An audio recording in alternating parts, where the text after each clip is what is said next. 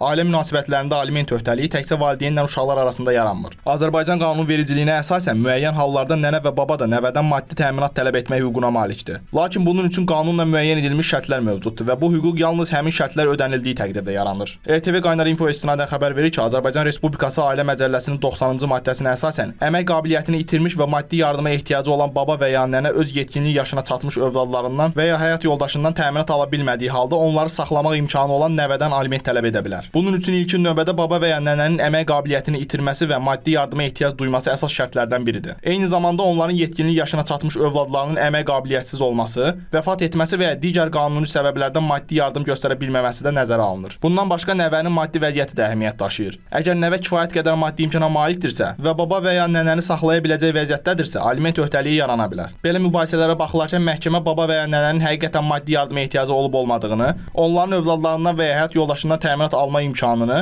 nəvənin maddi və ailə vəziyyətini, həmçinin tərəflərin təqdim etdiyi sübutlar araşdırılır.